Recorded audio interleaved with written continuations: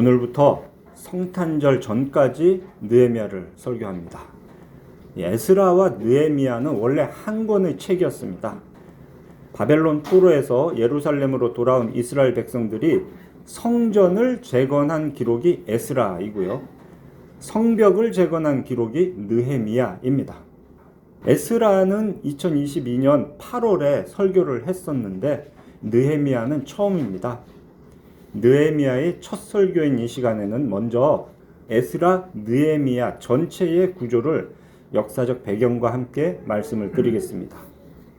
주전 586년 예루살렘이 바벨론에 함락되고 성전과 성벽이 모두 파괴된 때부터 그 이야기가 시작이 됩니다. 강력했던 바벨론은 주전 539년 메데 바사 연합군에 의해 무너집니다. 그것이 다니엘 5장에 기록이 되어 있습니다. 바벨론 왕 벨사살이 예루살렘 성전에서 탈취해온 그 금, 은 그릇에 술을 따라 마시며 잔치를 벌이던 중에 손가락이 나타나서 벽에 글씨를 썼던 그 이야기. 다니엘 5장 30절 31절을 보면 그날 밤 갈대아 왕, 이 갈대아 왕이라는 게 바벨론 왕을 말하는 겁니다. 벨사살이 죽임을 당하고 메데 사람 다리오가 나라를 얻었다라고 했습니다. 이때만 해도 메데, 바사 이 두 나라가 따로 존재를 했어요. 둘이 연합해서 바벨론을 무너뜨렸는데 바벨론을 정복한 후에 바사 왕 고레스가 메데를 병합했습니다. 그리고 바사 제국, 곧 페르시아 제국의 초대 왕이 됩니다. 그리고 그 고레스는 유다의 포로를 예루살렘으로 돌려보내라 라는 조서를 내립니다. 주전 538년에 이 사건이 바로 에스라 느헤미야의 시작입니다. 에스라 1장부터 6장까지를 보면 고레스의 조서로부터 시작해서 유다 총독 스룹바벨과 함께 1차로 포로에서 귀환한 백성들이 예루살렘에 가서 성전을 재건한 그런 내용들이 기록되어 있죠. 특별히 에스라 1장 1절에서 주목할 것은 여호와께서 예레미야의 입을 통하여 하신 말씀을 이루게 하시려고 바사왕 고레스의 마음을 감동시키셨다라는 겁니다. 70년이 지나면 포로에서 돌아오게 하신다 하셨던 그 약속을 이렇게 하나님께서 이루신 것이죠. 참고로 에스라를 보면은 유다 총독으로 두 이름이 등장합니다. 스룹바벨이라는 이름도 나오고 세스바살이라는 이름도 나와요. 이 두 이름이 같은 사람을 말하는 것이다. 이렇게 보시면 됩니다. 총독 스룹바벨이 주도한 이 성전 재건 공사는 주전 536년에 시작해서 20년 걸렸습니다. 주전 516년이 되어서야 마쳤어요. 그렇게 길게 걸렸던 이유는 중간에 무려 16년 동안 공사가 중단되었기 때문입니다. 그렇게 공사가 중단되었던 외적인 이유는 대적의 방해 때문이다. 이렇게 말을 합니다. 그런데 실제로는 이스라엘이 공사를 못했던 것이 아니고 안 했던 것입니다. 이스라엘 백성들이 자기 집 짓는 일에만 열심을 내고 성전을 건축하는 일은 뒤로 미뤘던 것이죠. 그래서 학개와 스가랴 선지자가 성전 건축을 독려하는 그런 하나님의 말씀을 전했습니다. 에스라 6장을 보면은 이제 이때도 바사 왕이 큰 역할을 합니다. 바사 왕 다리오가 궁전의 기록 보관소에서 고레스 왕의 조서를 찾아서 확인을 합니다. 그래서 신속하게 성전 재건 공사를 마쳐라 라고 또 조서를 내립니다. 그러면서 성전 재건을 위한 경비를 아주 넉넉하게 제공해 주었기 때문에 공사를 마칠 수가 있었습니다. 다음으로 에스라 7장부터 10장까지에는 학사 겸 제사장인 에스라가 또 유다 백성들과 함께 예루살렘으로 돌아와 그 재건된 성전을 중심으로 신앙을 개혁한 일이 기록되어 있습니다. 이것이 2차 포로 귀환입니다. 그때가 바사왕 아닥사스다 제7년 주전 458년입니다.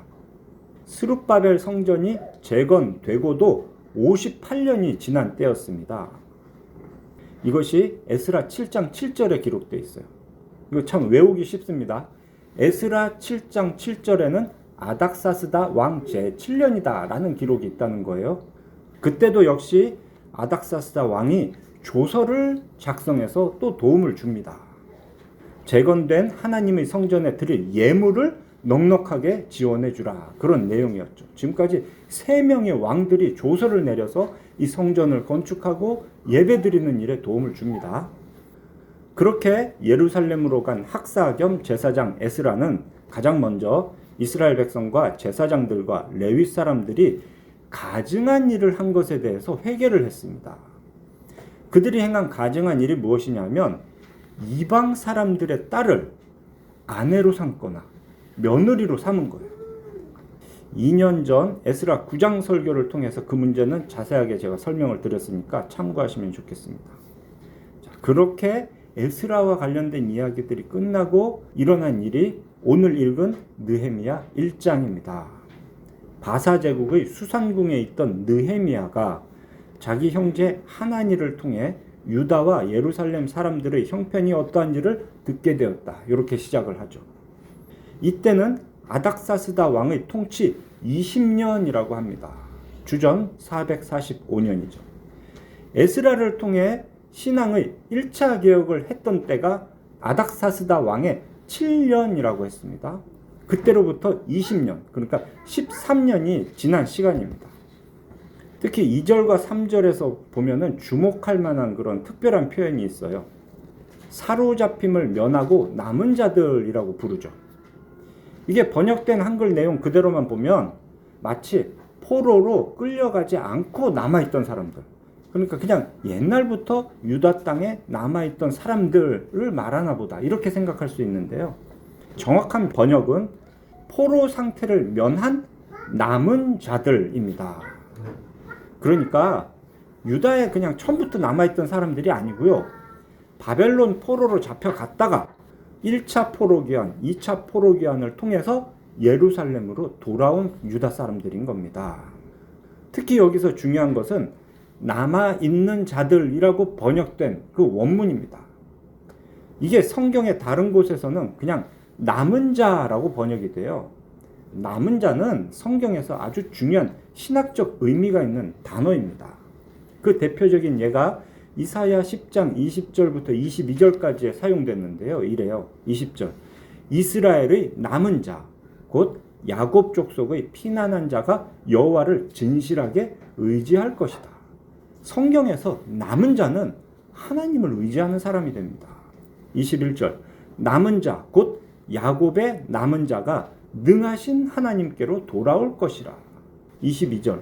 이스라엘 백성이 바다의 모래 같을지라도 남은 자만 돌아오리니. 그러니 성경에서는, 이건 구약뿐만이 아니라 신약에서도 남은 자는 하나님께서 택하신 자라는 그런 의미와 같은 용어입니다. 죄로 인해 심판받는 악한 세상에서 하나님께서 남겨두신 사람, 하나님의 택하심을 받아 심판 중에도 구원받는 사람들, 그들이 바로 남은 자인 겁니다. 이처럼 남은 자라는 단어는 하나님의 구속 역사에서 택하심에 대한 아주 특별한 의미를 담고 있는 표현이었습니다. 여기서도 똑같은 단어가 쓰였거든요. 그러니 일관성 있게 남은 자라고 번역을 했으면 우리가 딱 알아들었을 텐데, 남아있던 사람들 이렇게 풀어서 쓰니까 마치 포로로 잡혀가지 않고 그냥 그 유다 땅에 남아있던, 농사 짓고 짐승들 키우던 그런 천한 사람들이 남았었잖아요. 그 사람들을 말하는 건가 오해할 수 있는 거죠. 이것은 하나님의 택하심을 받아 유다 땅으로 돌아온 남은 자를 말하는 것이다. 자, 물론 이렇게 포로에서 돌아온 사람들이라고 해서 다 남은 자라고 할 수는 없습니다. 고난 중에도 하나님의 약속을 믿는 믿음을 지킨 사람이 참된 남은 자입니다. 하나님을 의지하는 사람이 남은 자인 겁니다. 그런 하나님의 남은 자들이 유다와 예루살렘에서 큰 환난을 당하고 능욕을 받으며 예루살렘 성은 허물어지고 성문들은 불탔다. 이 소식을 들은 거죠.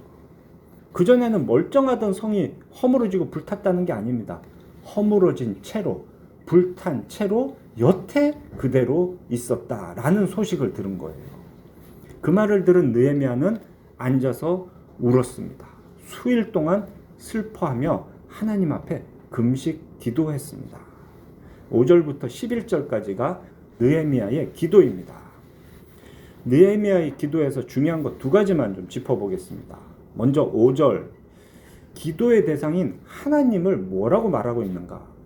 하늘의 하나님 여호와, 크고 두려우신 하나님, 주를 사랑하고 주의 계명을 지키는 자에게 언약을 지키시며 긍휼을 베푸시는 주라고 기도의 대상 하나님을 부르고 있습니다. 이것은 신앙 고백이라고 할 수 있는 거죠. 우리의 기도는 항상 이처럼 기도의 대상인 하나님에 대한 신앙 고백으로 시작해야 됩니다. 하나님이 어떤 분인가를 우리 입으로 고백하고 그 하나님께 감사와 찬양을 드리는 것이죠. 느헤미야가 이런 말을 한 겁니다. 내가 지금 기도하려는 이 하나님은 하늘에 계셔서 온 세상을 다스리시는 분이다. 우리에게 언약을 맺어주신 여호와 하나님이시다. 그분은 크고 두려우신 분이다. 주를 사랑하고 주의 계명을 지키는 자에게 언약을 지키시는 분이다. 긍휼을 베푸시는 주이시다. 이렇게 자기의 신앙을 고백하고 기도를 시작하는 겁니다. 그러면 오늘 우리는 하나님을 어떤 분이라고 고백해야 할까요?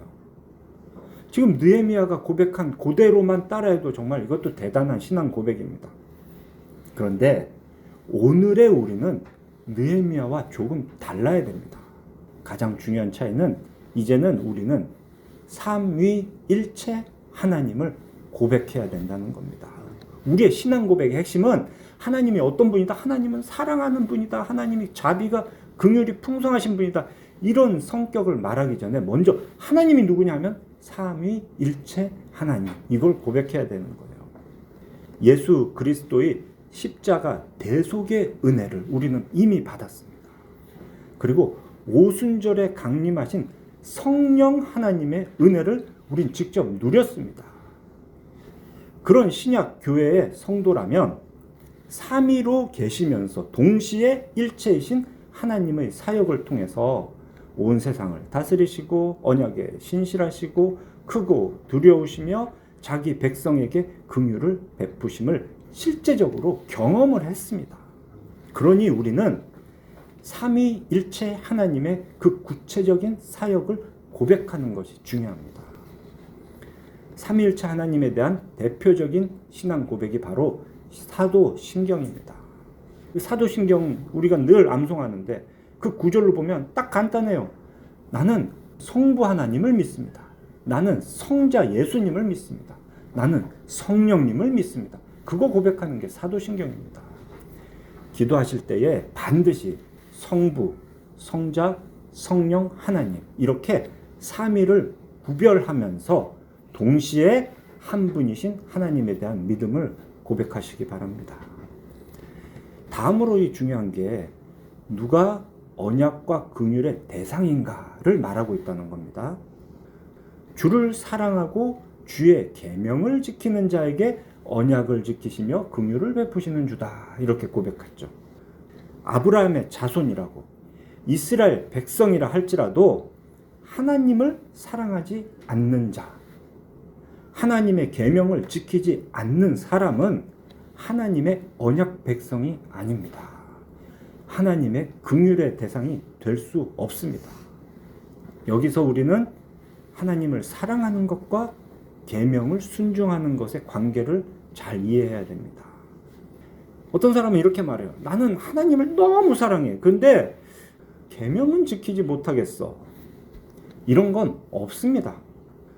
하나님의 계명을 지키는 자가 하나님을 사랑하는 거예요. 하나님의 말씀을 순종하기까지 사랑하는 자가 하나님의 긍휼을 입을 수 있습니다. 그리고 6절과 7절 보면 느헤미야는 이스라엘 전체의 죄를 고백합니다.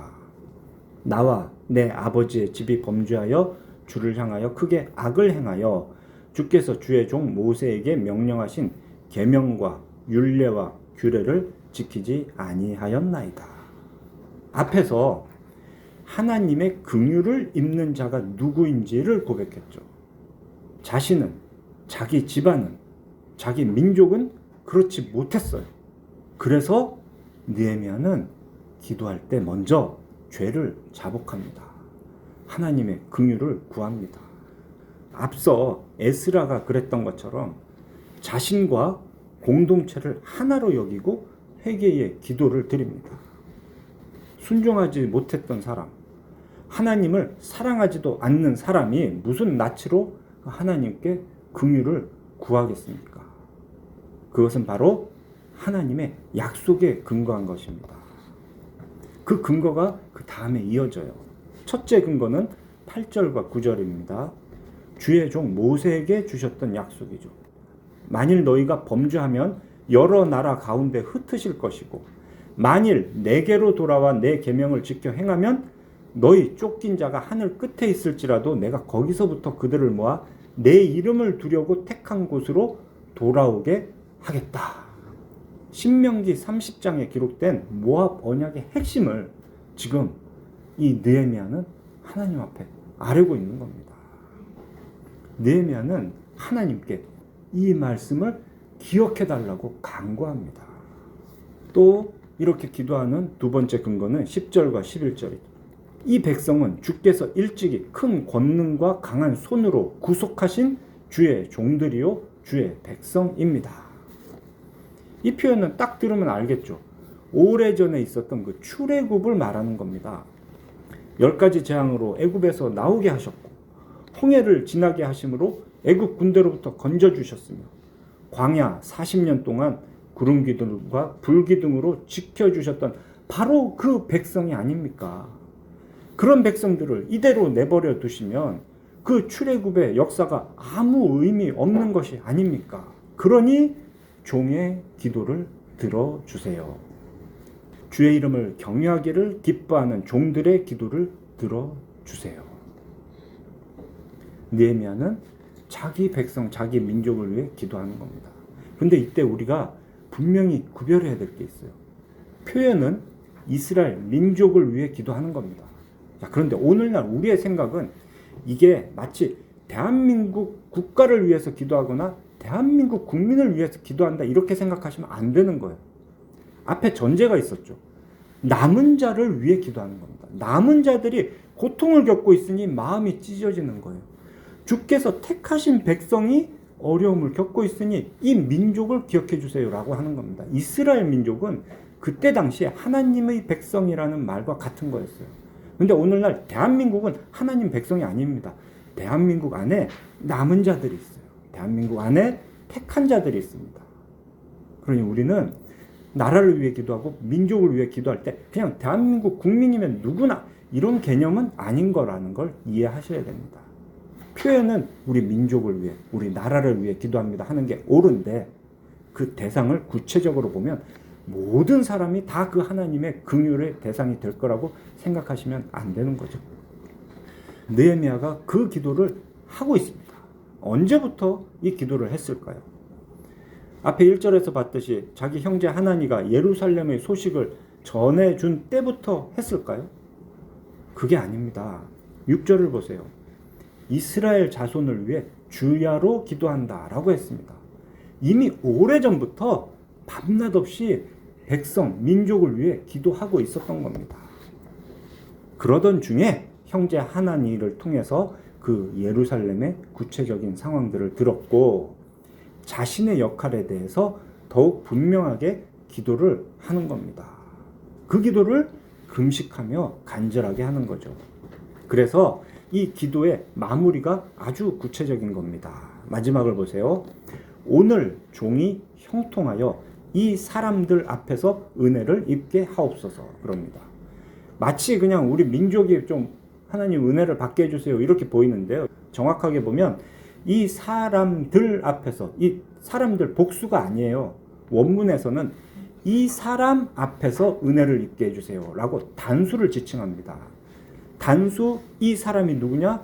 바로 당시의 왕, 바사왕 아닥사스다인 겁니다. 왕의 마음을 움직여 은혜를 입게 해주세요. 그 기도를 하는 겁니다. 이렇게 기도가 딱 끝나면서 그때에 내가 왕의 술관원이 되었다라고 되어 있는데 이 기도의 응답으로 이때 왕의 술관원이 된 것은 아닙니다. 이미 그 전부터 이 아닥사스다 왕의 술관원 직분을 수행하고 있었어요.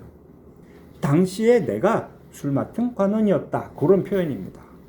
자, 그러면 1장에서 기록되어 있는 기도에 대한 하나님의 응답은 무엇이냐? 그게 바로 2장입니다.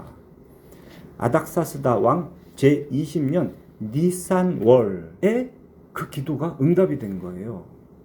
1장 1절에서는 아닥사스다 왕 제20년 기슬르월이라고 밝혀놨죠. 기슬르월은 바벨론 달력으로 보면 9번째 달입니다. 그리고 2장에 나오는 니산월은 첫째 달입니다. 그러니까 해가 한 번 바뀌었어요. 1장의 기도와 2장의 응답 사이에는 시간적으로 보면 4개월의 시간이 흐른 겁니다. 물론 4개월 동안 금식 기도했다 이건 아닙니다. 이 사람은 술 맡은 관원이에요. 술 맡은 관원 하는 일이 뭐냐? 왕이 마시는 술에 혹시 독이 들어있지 않나? 먼저 마시는 사람입니다. 그 술만 마시겠어요? 안주도 먹겠죠. 요즘으로 하면 대통령 비서실장에 해당하는 그런 측근인 겁니다. 그러니 이 사람은 항상 왕의 곁에서 술을 마셔야 되고요. 안주도 먹어야 됩니다. 그렇게 자기가 맡은 일을 하면서 사는 중에 개인적인 시간을 가질 때 간절하게 기도하기를 4개월 동안 계속했던 겁니다. 하나님은 그 기도에 응답해 주십니다.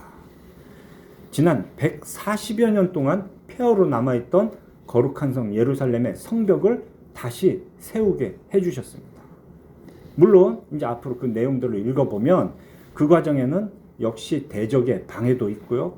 내부적인 문제도 있습니다. 그렇지만 마침내 이루어집니다.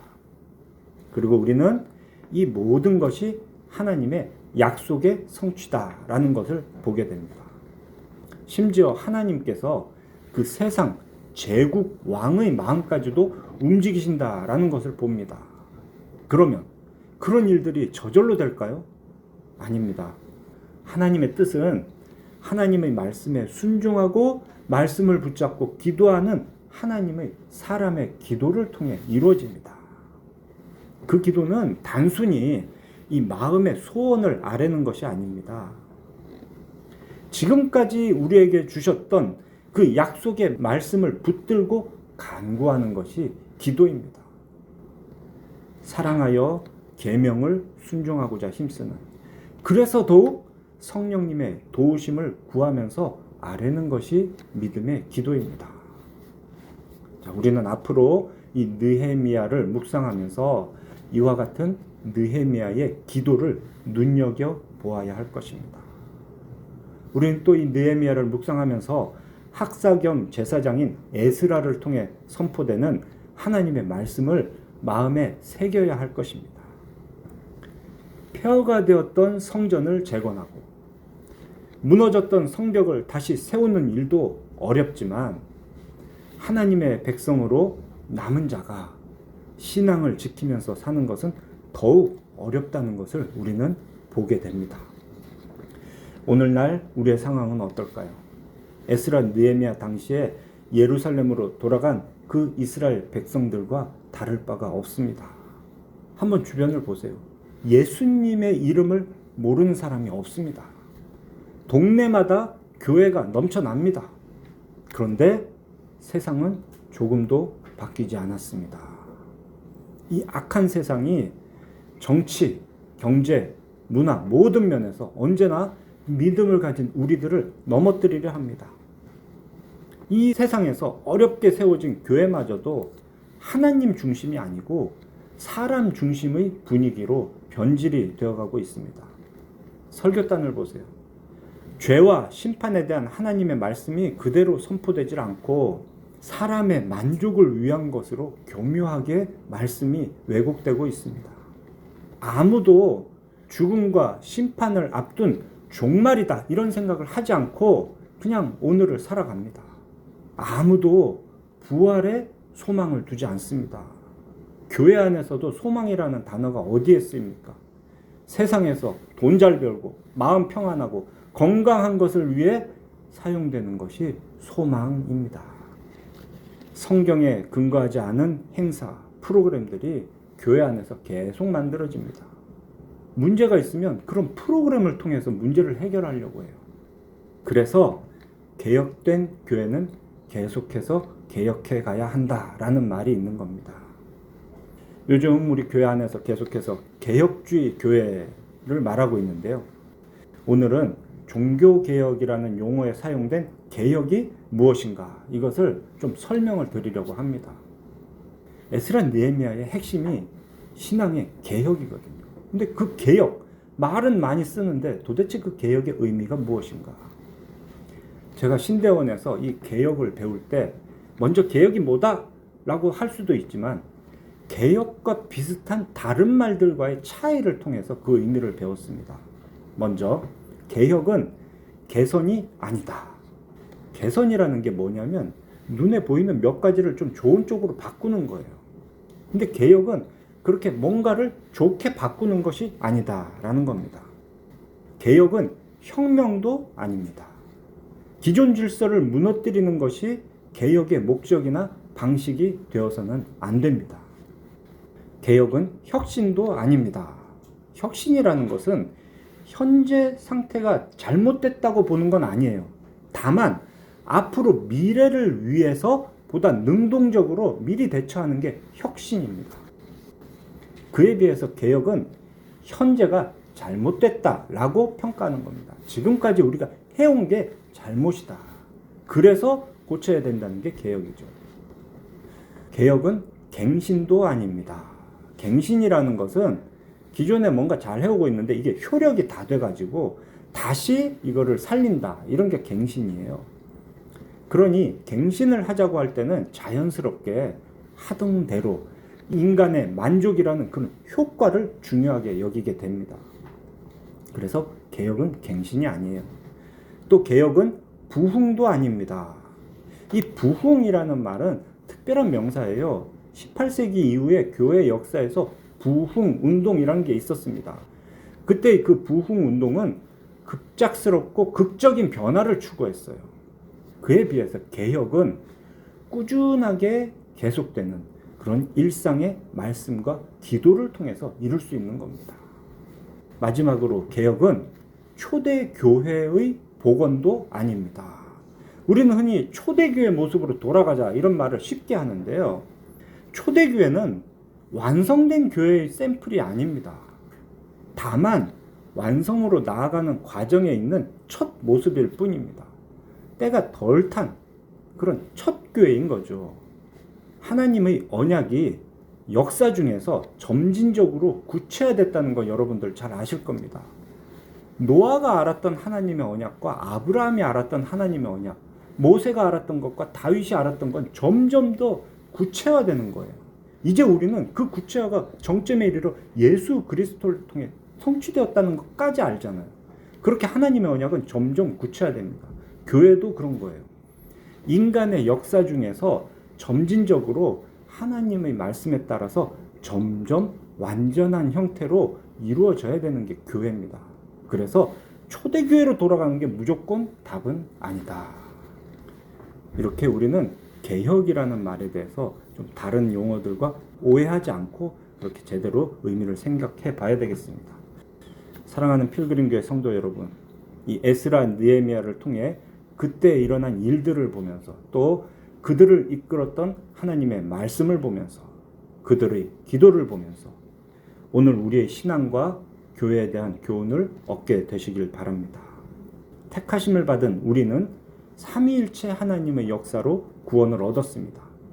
남은 자로 구별된 우리를 주의 몸된 교회로 하나님께서는 불러주셨습니다.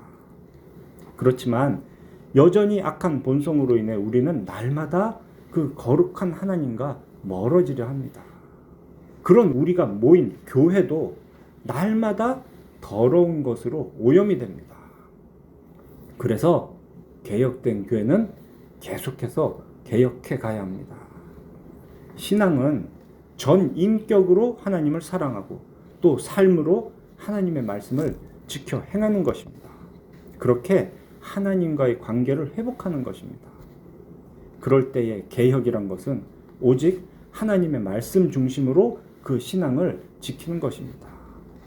그를 위해서 하나님께서 교회를 세워주셨어요.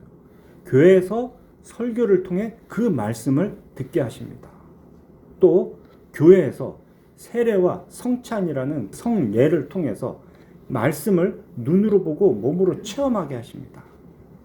그런데 인간이 어리석어요. 그래서 사람은 똑같은 말씀을 듣고 같은 성찬을 받아 체험해도 다 각자의 기준으로 그 의미를 해석하고 적용합니다. 그래서 개혁주의 교회는 그냥 성경을 읽고 기도하세요 라고 하지 않고요. 교리를 배우세요 라고 하는 겁니다. 성경의 핵심을 이 변화하는 역사 속에서 정의한 교리, 이것이 변해가는 세상 속에서 하나님의 말씀을 중심으로 신앙생활을 할 수 있게 하는 교회의 토대가 되는 겁니다. 첫 토대는 베드로의 신앙 고백이었죠. 근데 세상이 점점 복잡하고 여러 역사 속에서 우리는 계속해서 그 신앙 고백을 통해서 교리를 확립해 갑니다. 그 교리를 배우고 익혀서 바른 말씀을 깨닫고 그 말씀에 따라 순종하며 기도함으로 하나님의 은혜를 충만히 누리게 되시기를 삼위일체 하나님의 이름으로 축원합니다. 아멘.